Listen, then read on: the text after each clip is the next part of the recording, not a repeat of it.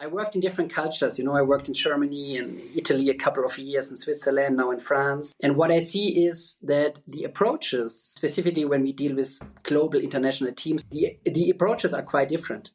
But supporting, believing, and having a clear objective is, for me, the main thing how we get really people contributing and making them successful at the end.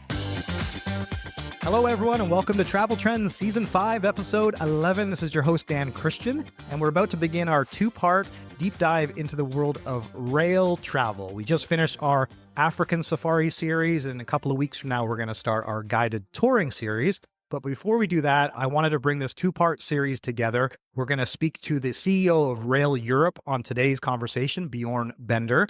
And then on part 2, we're going to speak to Frank Marini, who is the CEO of Rail Bookers. Two equally fascinating conversations coming at this from two different perspectives. Rail Europe, of course, that offers rail tickets all across Europe and the Eurail Pass that many people are familiar with. Rail Bookers offers packaged holidays that combine rail with a packaged tour. And I think this is where you'll see some interesting insights from both of these conversations about where this industry is headed. I love traveling by rail. I love the experience of arriving in the heart of a destination. I love the fact you get to look out at beautiful landscapes and you get to meet locals. And I just like the whole experience of traveling by train. But when we actually look at the numbers, that's what really excites me and why I wanted to bring this conversation to life. Because if you look at other sectors of travel, take, for example, river cruise, the entire river cruise industry is about $1.6 billion today. And over the next 3 or 4 years will likely be around $2 billion. Whereas rail travel is about $84 billion today and is expected to grow to about $128 billion in sales by 2028. And there's some interesting differences and nuances. Like when you look at the cruise industry, for example, when we did our deep dive into cruise, most of the money stays with the cruise lines, unlike, say, with adventure travel. And you'll hear Shannon Stoll talk about this. And that was one of the great ways we kicked off season 4 with Shannon. And we're now doing a quarterly episode with ATCA and Travel Trends. And the first episode will be launching shortly, talking about sustainability. But one of the things you'll hear Shannon talk about is the fact that so much of the money that travelers bring stays in the destination. And that's one of the things that rail travel does as well. People are actually twice as likely to visit more cities. They'll spend more on restaurants. And as an average, they'll spend 35% more on hotels. And so rail travel has a greater benefit to the local economy, which totally makes sense. But when you actually think about the growth potential for this market, it is very significant. And that's why I wanted to dive into the trends that are happening within Rail Europe and what we're seeing globally with rail travel. We'll be right back. Did you know that over 20% of people who purchase a ticket will upgrade to a refundable option when given the choice? By offering Refund Protect, you make it easy for your customers to protect their ticket purchase against emergency circumstances like illness, injury, accidents, and more. Whether you're an airline, hotel group, tour operator, ticketing platform, OTA, or transport solution, when you partner with Protect Group, your customers get peace of mind and you generate extra revenue. With a Trustpilot score of 4.8 stars and over 31,000 reviews, they treat your customers as their own, earning the highest customer ratings in the industry. To find out more, check out Protect Group at protect.group. That's protect.group. In today's fast-paced travel industry, businesses face constant challenges, keeping up with new technologies, meeting ever-evolving customer expectations, and promoting products effectively.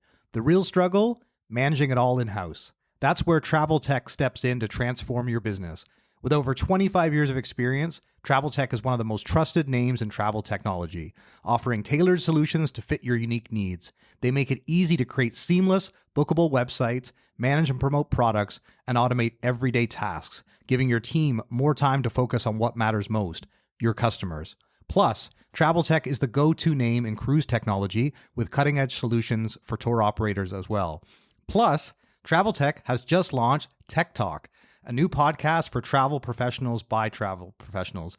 Explore the stories behind the biggest innovations in travel. Visit traveltech.com/traveltrends or tune in to Tech Talk on Spotify and Apple. That's traveltech.com/traveltrends and Tech Talk on Spotify and Apple Podcasts. And now, back to the show. We're going to start with this conversation with Bjorn Bender. And for those of you who aren't familiar with Rail Europe, you're going to learn a lot from this conversation. The part that I certainly didn't know is that Rail Europe was actually founded in New York City in the 1930s, interestingly enough. But the company has continued to innovate and transform, and they are very focused on AI, personalization, sustainability, accessibility. And we're going to get into all of that with our conversation with Bjorn today. I just wanted to make sure that everyone knows that we do post clips and highlights from each of these episodes on all our social channels. So make sure that you are checking us out at Travel Trends Podcast on Instagram, YouTube, and LinkedIn. And then, of course, we send out our monthly newsletter where we summarize all the latest episodes for the month. And then we send out an update for our upcoming events and travels for the month ahead, which you can register for at traveltrendspodcast.com. And one of the things I just wanted to highlight around our events, having just come back from the amazing ETC Educational Travel Consortium Conference in Mobile, Alabama, we'll be launching a special spotlight episode in the next couple of weeks from that conference. And next week, we're going to be launching a special spotlight on Focusrite Europe, where I will be in June, and all of our listeners can get a €100 discount if you want to join us, and we'll be guaranteed to be featured on an upcoming Travel Trends podcast. So that's coming up in June. And in the month of May, we're going to be at the Aviation Festival in Miami in early May. And then we're going to be at ATTA, the Adventure Travel and Trade Association Conference in Denver at the end of May. So check out traveltrendspodcast.com/events for more details about where to find us. But let's dive into rail travel and introduce you to the CEO of Rail Europe, Bjorn Bender. Bjorn, thanks so much for joining us on Travel Trends. Thanks, Dan, for having me. Super happy being here. So getting excited. Awesome. Well, I think everyone got a good idea about your background from that introduction, but I obviously want people to learn a little bit more right off the top about how such a young and successful guy has risen to this position, and because many of our listeners are making their way up in the industry or looking to advance in the industry. And so I would love if we wouldn't mind starting the conversation. Tell us a bit more about your personal background and what led you to become the CEO of Rail Europe. Yeah, so you said young, Dan, but yes, I'm actually 20 years already in mobility and innovation. And yes, it's been a ride, I can say.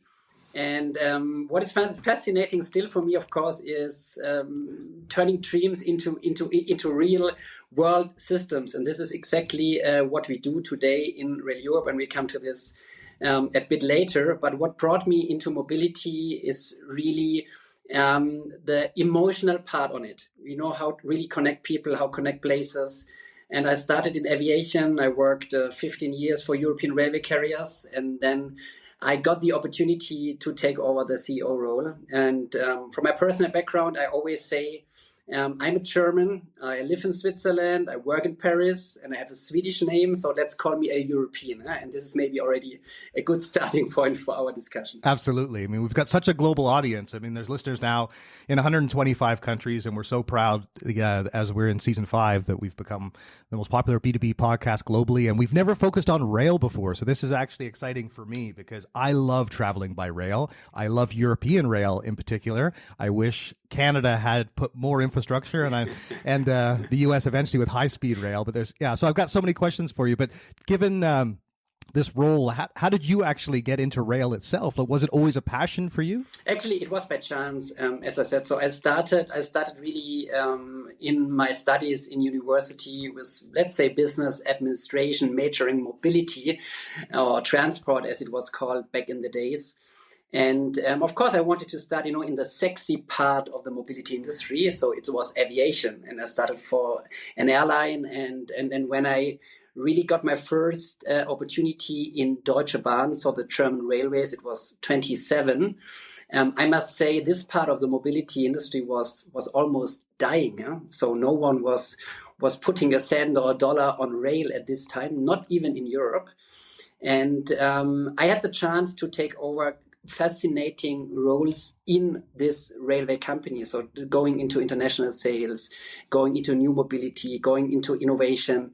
And during the 15 years I worked for the state-owned carriers, the picture changed completely, not only because, of course, the needs of the society changed, so climate change, all of this, COVID hit, etc. But also, of course, specifically in Europe, we look completely different on the rail part today. And I got more and more fascinated about the backbone of the mobility industry and what rail can really solve in terms of problems we face, but also bring in terms of added value to our day-to-day life. That's great. Well, I know the company now is nearly 100 years old. Here we are in 2025, and it goes all the way back to the 1930s. And I think one of the things I came to understand as I was doing some research and preparing for our conversation is that the concept for Rail Europe was very much designed to serve an international traveler market, coming into Europe. Clearly, obviously, the rails are primarily designed for transport within Europe itself. I mean, you yourself obviously live in Switzerland, commute to Paris. So there's so many great uses for rail. But one of them, as that relates to obviously travel trends, is international travelers. So tell us a little bit more, I guess, about the legacy of Rail Europe, and then if you wouldn't mind, how that actually relates to kind of the modern innovation and trends that you need to adapt your business to in travel. Yeah, absolutely. So as you said correctly, Dana, the company was founded in the 30s of the last century, actually in the US, outside of New York City. So we always say we have the 1930s heritage and we have the 2030s mindset, And of course, it's a bit clear when we look back on 100 years that there is legacy. Yes. On the other side, we belonged for almost the entire period to a state-owned carrier called SNCF, so the French Railways. And Rail Europe got independent exactly 3 years back. So since 2022, we are private equity backed, and we are a global, neutral, agnostic train ticket platform for European train travel. It was already the case before, but of course, if you belong to one specific carrier, it's always different than being a complete, neutral, and independent platform. Yeah, it's fascinating. So tell us then, given that U.S. connection, when you are running a global business but based in Europe, where are you seeing your travelers primarily coming from? What markets are you? I know you've got like 200 operators. You've got this massive network to manage. But yeah, how does it work in terms of the types of customers and where they're coming from? Yeah, exactly. Let me add this quickly. What you said. Exactly. We are, let's say, combining 200 train providers on one platform. And of course, specifically when it comes to cross-border travels, to international travels, to multinational travels, we are talking about a patchwork of different railway systems in Europe. So it's getting quite fast, quite complex from the consumer perspective. And we always say we are kind of the translator, of the harmonizer, of the broker in between to make train travel as easy as possible. And when we talk about the US, we are talking already about our number one market. And maybe it's a bit about our history, but it's of course because the travel demand into Europe out of the US is that high. And particularly Americans want to see different destinations, different countries within a couple of days, or let's say 1 or 2 weeks when they travel to Europe. So yes, we sell today still 35-40% of our business, of our tickets in the US. Fascinating. And then what about B2B versus B2C? How important are travel agents versus independent travelers? Because obviously you've got a great e-commerce booking platform, so I'm assuming you're driving a lot of direct business, but how do you, I guess, balance both of those interests? Yeah, super important is the B2B network, because we are really from our DNA, let's say a B2B company. We were always looking on the travel consultants, on the travel advisors, particularly also in the US. We do have several products for the B2B part, and it's still 2/3, 1/3 to answer your question very direct. So 2/3 of our business is still B2B. Yes, with a growing part, with an increasing part for the direct consumer side. But only talking about the ratio, not talking about the absolute numbers. So the connection to the industry, particularly when it comes to international travel, where a lot of education is important, where a lot of travel planning is necessary, is very important. Yeah, that's fascinating to me. I mean, it makes total sense. I mean, there's been such a revival of travel advisors in the trade, despite their, predicted demise over the last 20 years. And there have become more important than ever, almost post-COVID, for many reasons. So, many companies like yourself that actually have those partnerships have been able to flourish by them. So I'd love to know, just in 2025 with rail travel, when you mentioned the 2/3, 1/3, obviously I always look at business growth as, it's not a zero-sum game. Clearly, you want to grow B2B and you want to grow B2C. Where are you seeing the growth, and how significant is the growth for Rail Europe in 2025? Yeah, so we really need to separate two perspectives, because of course the B2B part is still increasing. But what we see is a more and more mature audience traveling to Europe. So we don't have only the first timers anymore. They want to see, I don't know, London, Paris, Rome, Amsterdam, so the classical spots. Now we see, of course, a high demand for, let's call it tier 2 cities in Europe. Hidden gems, maybe it's a better wording. And of course, a more mature target group and a more independent target group. So even people, let's stick to the US example, maybe booked a package in the past with hotel and flight through a tour operator. They are booking independently today their flight, their hotels, and their train tickets. And if you look on us, we see a 20% growth last year, so 24 compared to 23. And this is pretty similar when we look on the increase out of the American market into Europe. So you see an increase by 15, 17, 18%. It depends on the perspective on overall travel numbers. Right. There's a question there I definitely want to ask you about the hidden gems. I'm going to come back to that in just a moment. But because one of the things I actually think it would be worth noting for our listeners is for them to understand the competitive landscape. And when my wife and I traveled through Europe, obviously we got our Eurail passes and we went on and we had the most extraordinary time, which is why I have such a positive association of European rail travel. And it is a romantic way to travel. People had said to me a number of times before we went, you make sure you sleep on a train or get some sleeper trains because you'll have the best sleep of your life. It's like you're being in the womb again because you just hear the pulsing of like your mother's heartbeat. And that was all these things that people talked up the train, and you know what? They were right. It's like, it is a sensational way to travel. And I know it's becoming more and more relevant, giving sustainability and some of the things we should talk about there. But when we think of, or when someone like myself is thinking about traveling to Europe, what are the options for them? I know beyond Rail Europe, clearly you have competitors. So like the Eurail Pass, for example, what does the competitive landscape look like for you? Yeah, thanks for highlighting already the Eurail experience. Dan, it's the best way. It's the best way to point it out, because sometimes it's even difficult to understand for our B2B partners or even for end consumers that we have different kind of products, and the separation or the maybe the two different aspects between a point-to-point ticket where you buy, I don't know, a Eurostar ticket from London to Paris compared to a Eurail Pass. It's a complete different product in the way you sell it, in the way of the length of a travel duration, but also, of course, what you need in addition. Because I don't know if you can remember, but if you have a Eurail Pass, there are open systems in Europe where you can just enter a train, like in Germany, in Austria, in Switzerland. You can just board a train with your Eurail Pass, and you can travel wherever you want to go. In France, in the UK, in Spain, in Italy, it's completely different because it works like an airline system. So you need to have a seat reservation. A train can be fully booked and there's no possibility to stand maybe. So you need to get a reservation. You need to queue at a train station. So this is the part where the customer pain is still high, and selling a pass is one part of the journey, but selling also reservations in addition, giving information about the travel lengths, but also what you just said, maybe it's the most romantic part of a journey in Europe. Yes, you can also decide where to go or what kind of journey you take to get to your destination. And yes, there are plenty of competitors.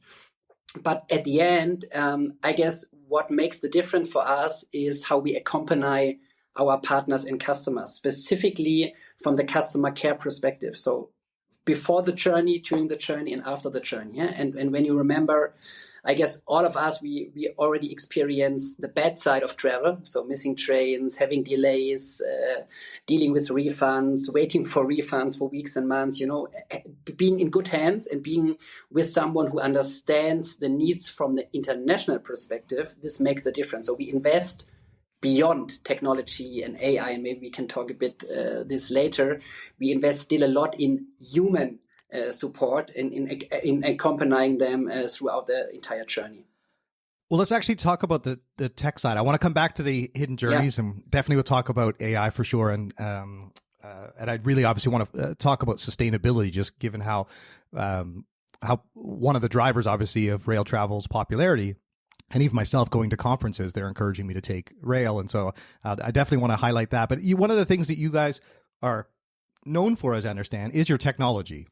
Yeah. And so many travel companies are not technology companies, but Rail Europe is considered to be a global travel tech company, which I found fascinating.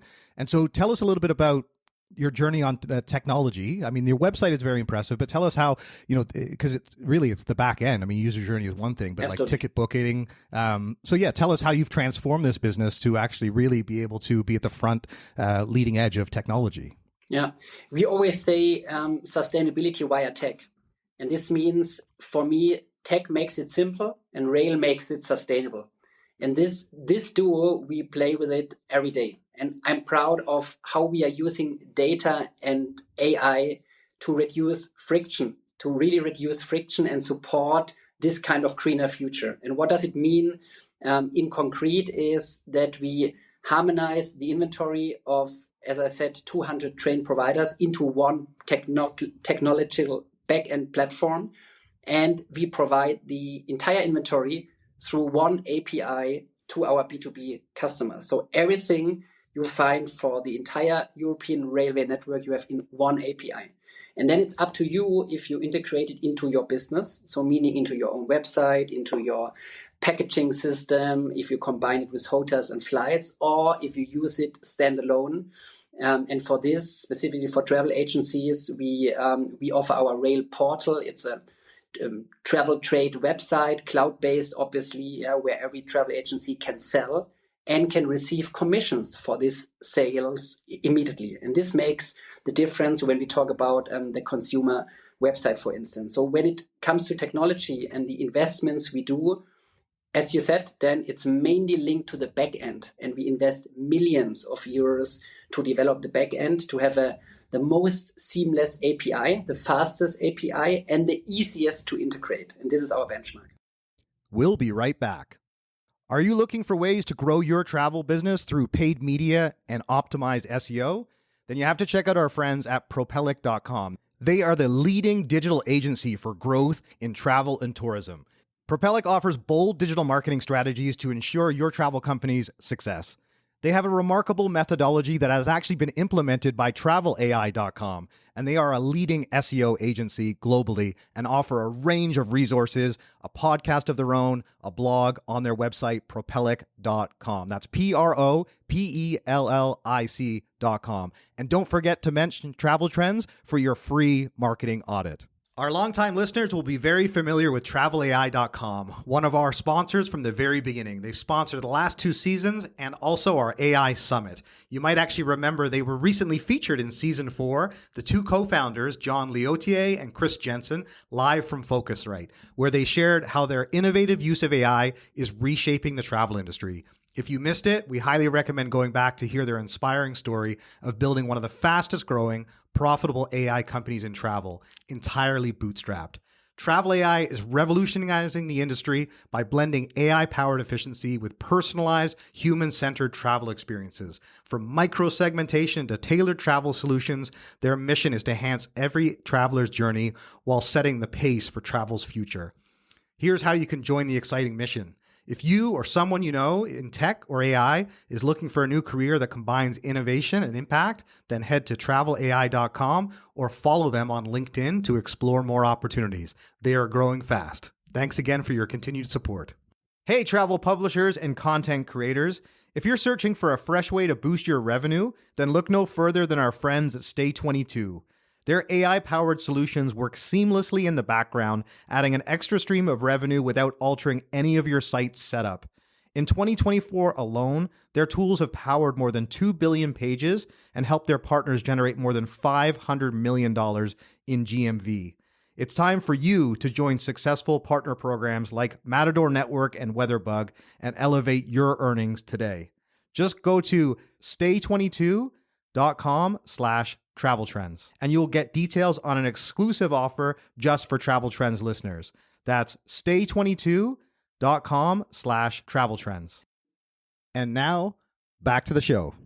Let's make sure we cover the hidden gems. I really want to make sure that I get those from you. I don't want to miss that because I'm sure if our listeners are like, he's mentioned it twice, please tell us what the hidden gems are. I'm actually, I'm going to be speaking in Germany. I'm going to speak in Berlin at ITB on hidden gems, and I'm going to be taking the train. I'm going to be at the Forbes Travel Guide Conference in Monaco, and I was looking at the different train routes that I can take from Monaco to Berlin because I'm committed to taking the train, not only because obviously, partly because it's more sustainable, but I would say primarily because I enjoy the experience. So, I'll have to ask you on the best routing and where I should stop on the way because I have a weekend. I finish on the Friday.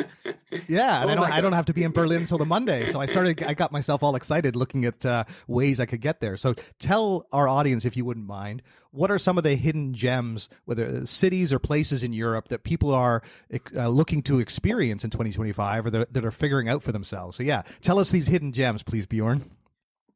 Yeah. So maybe let's start with the most preferred destinations first. Everyone gets the same understanding. So when we talk about Europe and we talk about incoming from overseas, we still talk about the UK, France, Italy, Spain. So those destinations remain the top choices for non-European travelers. But what we see is, and this is maybe a bit linked to the hidden gems, or let's say regions and cities which are getting more popular. We are talking about Portugal. We are talking about Slovenia with a wonderful capital, Ljubljana. We are talking about the Nordics. We are talking about when you are in Vienna, and many of our customers are visiting Vienna, you can go beyond to Budapest in Hungary. So, looking into, let's say, more cultural highlights, looking into the beauty of the nature beyond the well-known destinations in Europe. And of course, getting, let's say, off the beaten tracks in terms of the busy tourism, the busy tourism season, specifically during the summertime. So this is what we see more and more. And therefore, we talk about technology. And we talked about the 200 carriers, but we still have some white points on our European map. So we are working with our teams to get everything done, specifically in Eastern Europe, specifically in Portugal, and specifically in the Nordics. And when you talk about hidden gems, maybe one addition, of course, you find hidden gems also in the most popular destinations. So we see people not going anymore to Paris. They want to go to Lyon. We see people not going anymore only to Amsterdam. They go to Den Haag. So going into the city next by is also very, very popular, specifically for Americans. Very interesting. Okay, there's a few good tips there, and I'm going to come back to you after our chat for some suggestions for my weekend in Europe. But I'm not sure then if I get everything in one weekend for you, but I try. I appreciate that. Well, maybe I can use AI to customize an itinerary. So let's talk about that, because you brought that up as it relates to technology, and certainly one of the things, we had an AI summit last year, and many people are still watching the videos from those sessions that are almost a year old now, but they hold up even though things have evolved so much. And we're actually going to be announcing an event shortly. So traveltrendspodcast.com for our listeners. You can find out more information about our AI summit for 2025. But I wanted to ask you about your integration of AI and how you're leveraging it at Rail Europe. So would you mind sharing a couple of ways? Because certainly, I was just going to set the stage for that, Bjorn. In 2025, we're seeing that a lot of travelers are using it for itinerary planning. And also this question now of getting close to the booking, like that, how can they actually get an itinerary and then make it bookable? So, tell us how you guys are leveraging AI. So maybe let me start with that. I'm not the biggest fan of putting all the buzzwords in the front of the discussion. Like an AI, of course, we know this. Without AI, no chance to succeed. But talking about AI is not enough, and talking about agility the last 10 years is also not enough. So what does it mean for us? It means really using technology in the way we need it for personalization, for efficiency, for smarter journeys, as you just said in your example. And this is maybe from my perspective where mobility can really meet magic, because tech will turn this complexity into simplicity. And this is all about, our slogan is making train travel easy. And of course, we can do it manually and we can try hard by coding every day.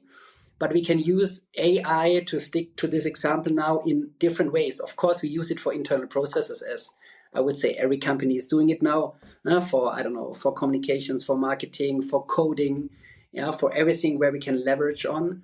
On the other side, we need to use it for predicting what customers are expecting from us. And specifically when it comes to profiles we know, and retention or returning customers, then there's a big upside potential when we use AI in the customer care part. You wanted to add something, huh? Then I stop here. Yeah, no, that's perfect. I mean, our conversation is so much more robust than just AI, so I don't want to spend too much time on just this topic and technology, because there's so many other wonderful things to be able to discuss together. I just wanted to highlight if there were certain developments that you were rolling out this year, because there certainly is a number of companies that are trying to figure. The one area we've certainly seen is customer service. People are introducing chatbots. That's obviously been a very common use case. But I wasn't sure if you're seeing. One of the other things that companies are obviously trying to do is make sure that they're discoverable on AI, because it's becoming much more important to make sure that your brand is being indexed like it used to be with SEO. So I'm sure there's a number of initiatives you had underway. So I just wanted to be able to kind of showcase a few of those if you had a couple to share. And maybe if I can add this, then I did not even mention our chatbot. Of course, we also have a chatbot based on AI. But this is already a kind of history for me.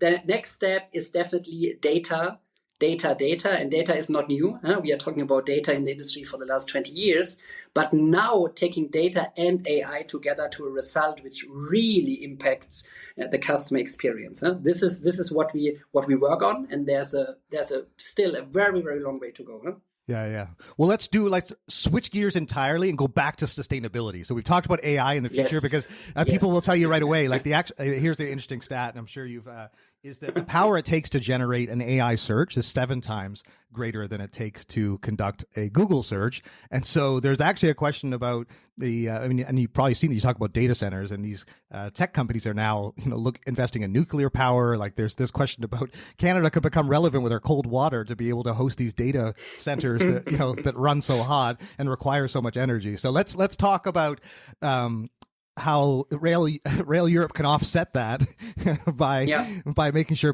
people travel more sustainably. So tell us, actually, I guess that's the one thing that I'd be keen for everyone to understand is, how is rail travel more sustainable, and why are people choosing it for that reason? Yeah, I mean, if you compare all the existing studies, it's between 15 and 20 times more sustainable than taking a car. Or, of course, when we talk about flights, it's even worth. But what is important for me when we talk about sustainability in the rail sector, we are kind of already on the green side, or on the good side of the industry. Everyone is imagine that rail travel is, of course, reducing the carbon emissions, etc., etc. And what is important for me is, of course, that we leverage on this. There is a increasing target group, Jen said, beyond what is really looking into the most sustainable way of traveling. And of course, this is a huge opportunity for the industry. On the other side, we are talking about sustainability then, but there's an attitude action gap, which is huge. And we know that when it comes to the real reasons why someone is choosing a specific mode of transport, sustainability, it depends on the country and the region. It's between number 6, 7, and 8. And the top 3 remaining the same. It's price, safety, and convenience. And this is exactly what we are looking on, because we are a distributor. We cannot change the price, we cannot change the safety, or we cannot improve the safety, but we can increase the convenience.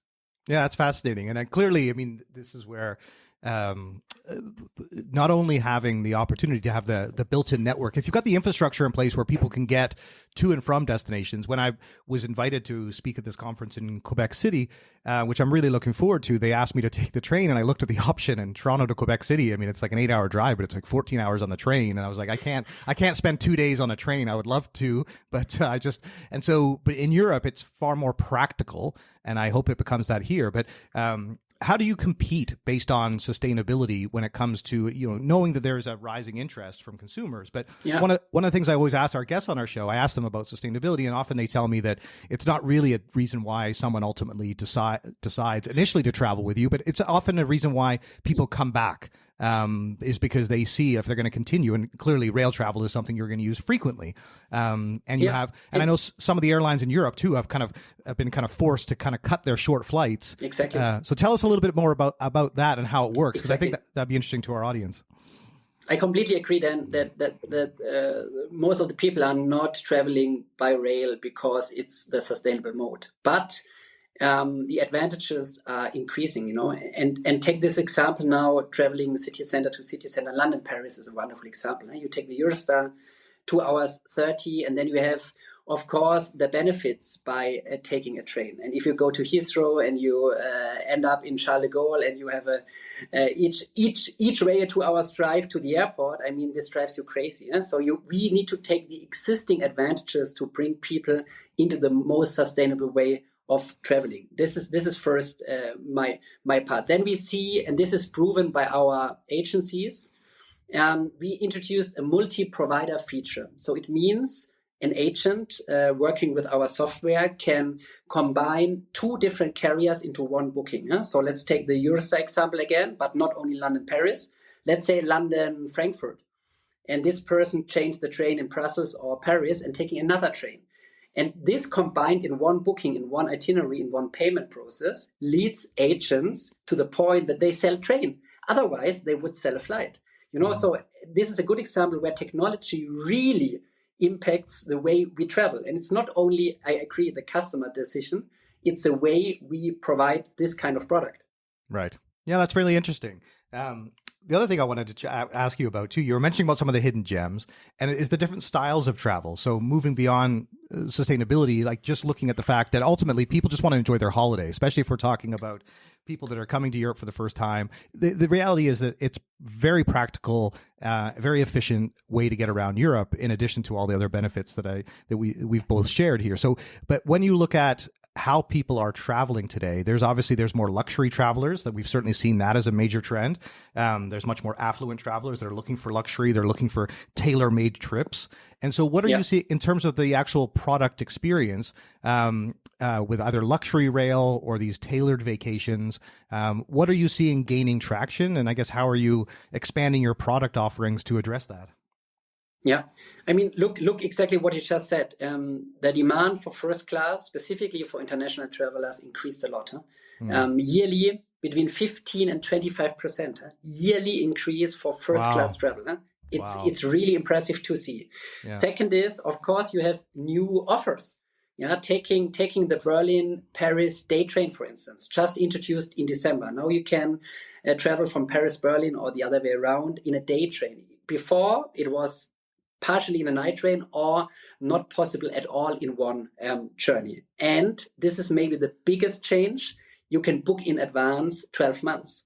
So the booking horizon changed. Now you're looking more like an airline on the entire setup. Before, it was quite challenging because some carriers only offered 3 to 6 months booking horizon. And for international travelers, they book sometimes, 6, 9, 10 months in advance. Impossible to get the train ticket. So what do? They book the flight, and this is also impacting. You mentioned night trains. Then night trains is an increasing part of the European rail system, and you have plenty of new offers available to Prague, to Amsterdam, to Berlin, etc. But it takes time, because the industry did not invest into this part for quite a while.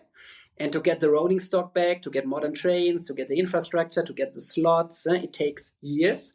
But it's also increasing stepwise, and we will see a complete different offer. Every December when the timetable change is upcoming. Yeah, that's very interesting. I'm glad to hear that the night trains are increasing in popularity because, just highlighting that is like, it's one of those reasons that people may not choose to take a train ride is because it's overnight, like seen as a pain point or frustration. But obviously the clear frustration for me is getting to an airport, waiting 2 hours at the airport. And the best example that you just provided for sure from my experience is the Eurostar. I love taking the Eurostar to and from Paris from London.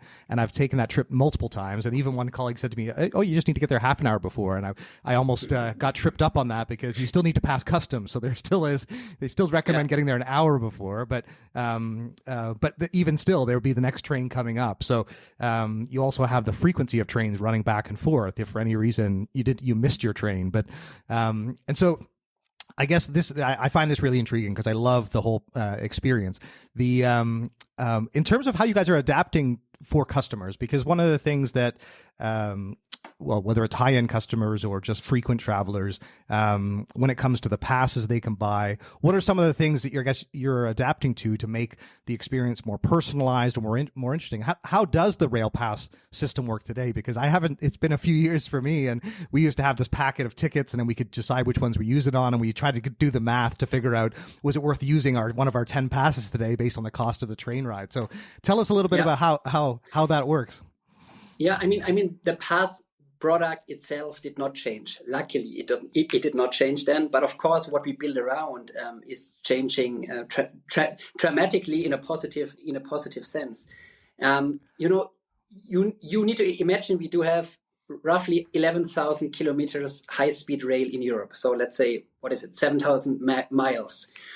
And of course, you can travel Eurostar, you can travel ICE, TGV quite fast, 250 kilometers per hour on a pass. This is comfortable, but you need to have a reservation. We can sell the reservation. We can give all the travel information needed, etc. But on the same holidays, or maybe one day later, you want to experience a panoramic train in Switzerland, and you want to cruise through the Alps or along the lake or whatever. So it's a complete different journey because we're not talking about high speed anymore. We're talking about a different train, class windows, a different experience, maybe from lunch or dinner on the train. So every service, starting from us but not ending with us, also with the carriers, changed a lot. Now we are not only looking into Classier Express, Bernina Express, which are very popular still, obviously, in Switzerland, but you have so many smaller ones, maybe creating almost the same experience. And specifically in high season, for non-Europeans, there are plenty of options to take a train. As I said, one day night train, the second day high speed, and the third day you do a panoramic journey in Austria, Switzerland, or France. And this combined in one, let's say, travel experience, starting with the distribution part, and giving the information, giving all the tickets needed, and even lifetime or real-time information. This is our job, and this is where we invested a lot, and probably the product you experienced changed in a positive way.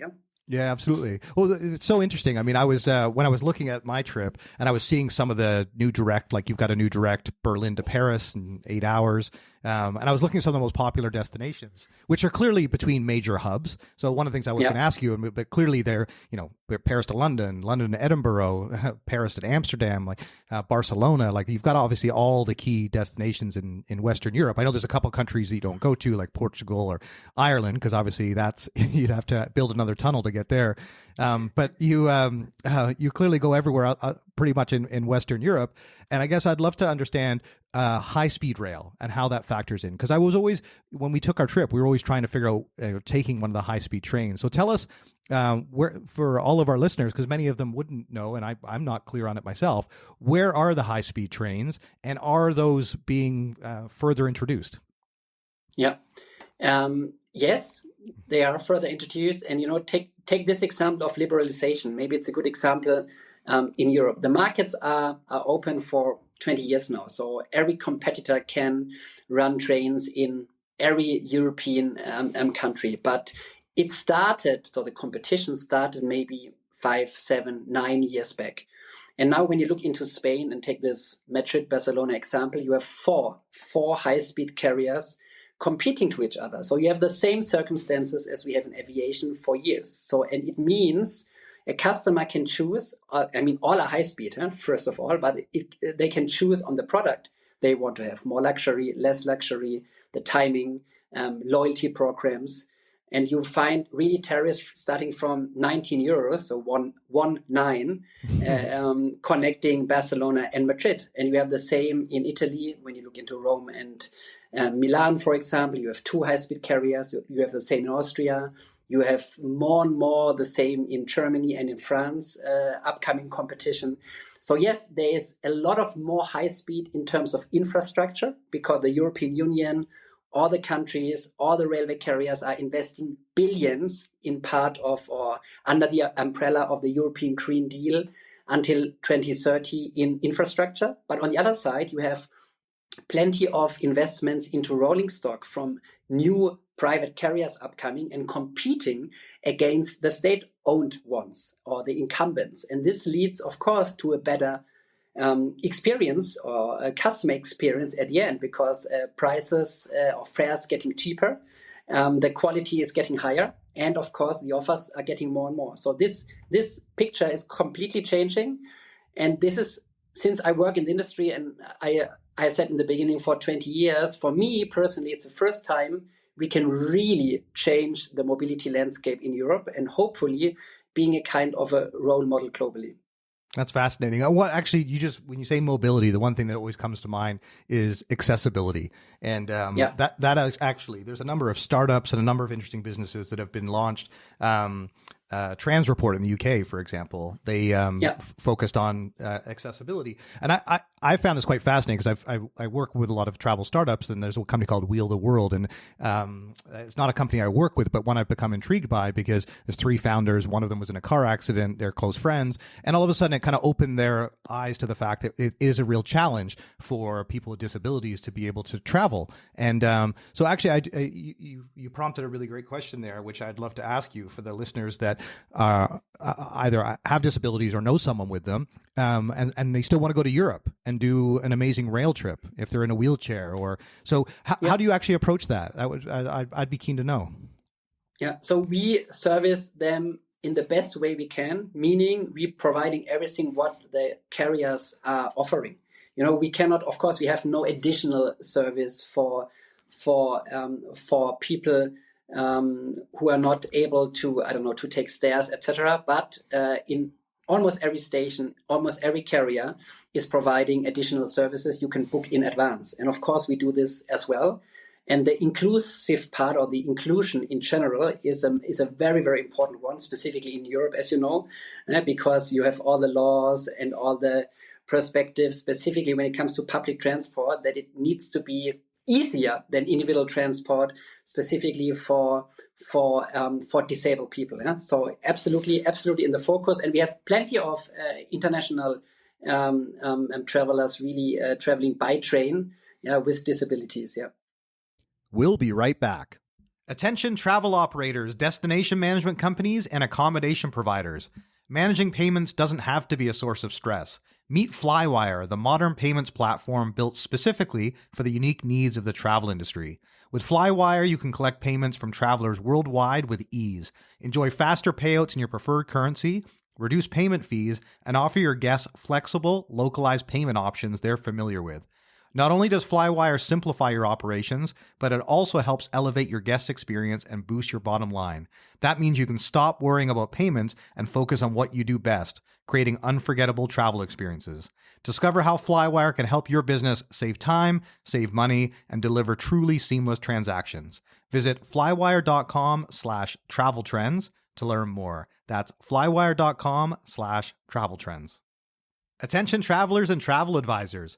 Are you looking to elevate your travel experience beyond the ordinary? Then you have to say hello to our good friends at Colette, where guided travel gets a premium upgrade. For over 100 years, Colette has been crafting expertly guided tours that go beyond the stereotypes. With over 170 tours across all 7 continents, Colette offers something for every type of traveler. From culturally immersive small group journeys to single city stays and even river cruises. And with their industry-leading travel protection plan, you can cancel for any reason up to 24 hours before departure.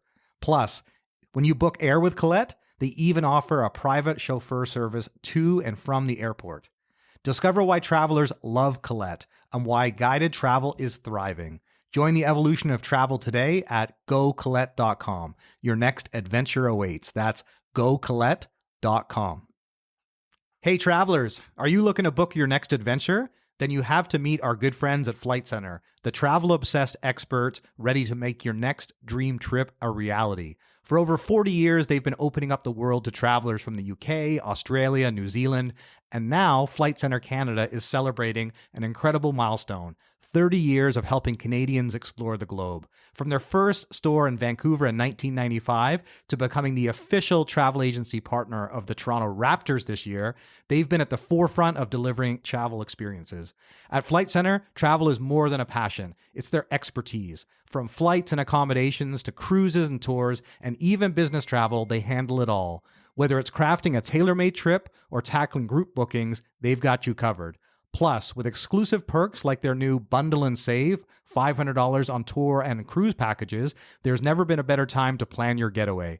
From the smallest getaways to the biggest bucket list trips, your travel goals are just a call or a click away. Visit flightcentre.ca/travel trends to explore the latest deals, learn about emerging travel trends, and start planning your next trip. And now, back to the show. I want to get back to where our conversation started, which is your leadership. And obviously, yes, I reference you're a young guy, and I'm clearly you have a great deal of experience. But in the grand scheme of things, you're a fairly young guy, clearly very successful. Obviously, you're well spoken, you're well educated, you've risen up in the industry. But one of the things that we often don't talk about is the challenges we face along the way.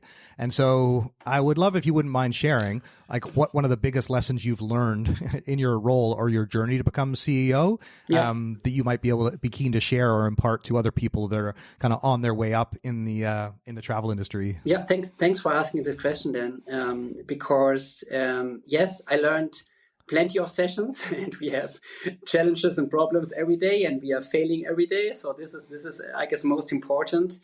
What I learned is that from the management perspective or C-level perspective, it's on us to provide the right frame. And in a frame to give as much freedom as possible to our team. So meaning empower teams, trust them, giving really the freedom to find their own ways. And I worked in different cultures. I worked in Germany and Italy a couple of years, in Switzerland, now in France. And what I see is that the approaches, specifically when we deal with global international teams, we have more than 14 nationalities in our company. Just to give you a feel, the approaches are quite different.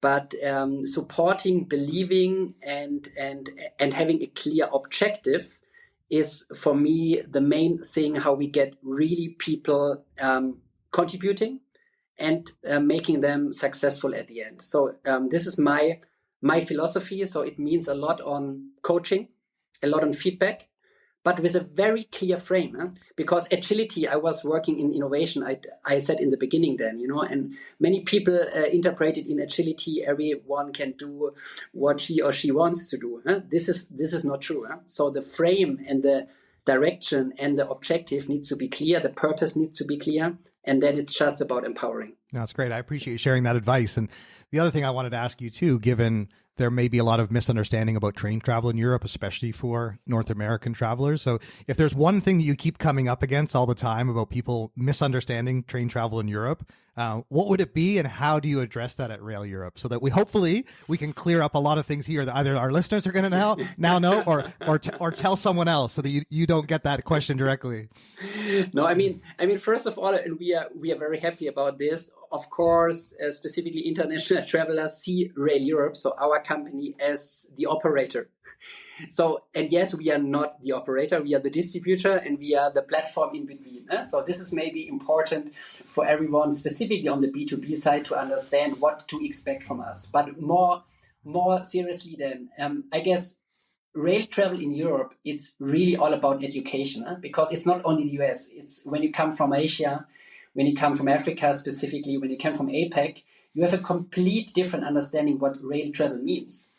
And of course, I'm not saying that in other regions trains are not attractive. Specifically, when you look into Asia, there are certain very good examples. But what you can do with trains in a very small, on a very, very small continent, like in Europe, this is not understood in different ways. So we really need to educate how close, and you mentioned it before, you can get, or how fast you can get from Paris to London to Brussels to Amsterdam to Frankfurt. This is like you would go in the US from New York to Boston. And this is, this kind of education we need to bring into our services, but specifically need to educate still the entire travel community to get the right messages transferred.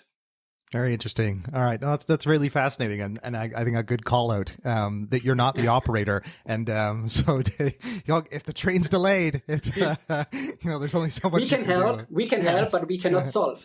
Right. Exactly. Yeah. No, important clarification. Well, there's a couple last questions I had for you. One, I wanted to ask you about, your vision for the future and where you see Rail Europe and, if anything, like rail travel, as a whole in 2030. I know there keeps being talk in the US about these high-speed trains. I lived in LA for the last few years, so there was the big talk about LA to San Francisco. A lot of these initiatives just haven't got off the ground. But obviously you have a clearer view in Europe, and there's a lot more opportunity to embrace sort of the infrastructure and the build out. So yeah, tell us how you see what the travel by rail looks like in 5 years from now in Europe. Is it more high speed? Is it more seamless technology? What's the experience and what's your vision? I mean, we can really make it very, very simple, because the vision drives me is that trains will lead short, maybe even mid-haul travel. It's quite easy. And what we see now in changing the model split, for instance, and how Europe, we discussed that before, is investing into this, there's a big chance. And yes, we see more high speed, we see more sustainable ways to travel, and it's on seamless systems. Because what I do not believe in then, and maybe this is the downside of this, is that we will have one completely standardized rail system by 2030. Let's take this example. So it needs this kind of intermediary to make it simple, and this is on us. But the chance was never that big as it is today. Interesting. Well, and the other thing I'd love to ask you as well, because I'm sure you have many great train stories, but I would really like to hear one of your favorite train travel stories, if you wouldn't mind sharing one with us, Bjorn. I have different ones, but usually, as you said before, I commute between Switzerland and Paris on a weekly basis. So I'm a heavy user. I traveled more than 100,000 kilometers on trains last year, more than 100,000 kilometers. And what I usually do is, when I sit next to customers or next to passengers, actually, I ask them and I try to get into a conversation, of course, where do they book their train tickets? and last year I had it was a Korean family actually traveling to Paris, and I asked them, okay, where did you book your tickets? And they answered, they booked it with Rail Europe. And then, of course, we got into the conversation.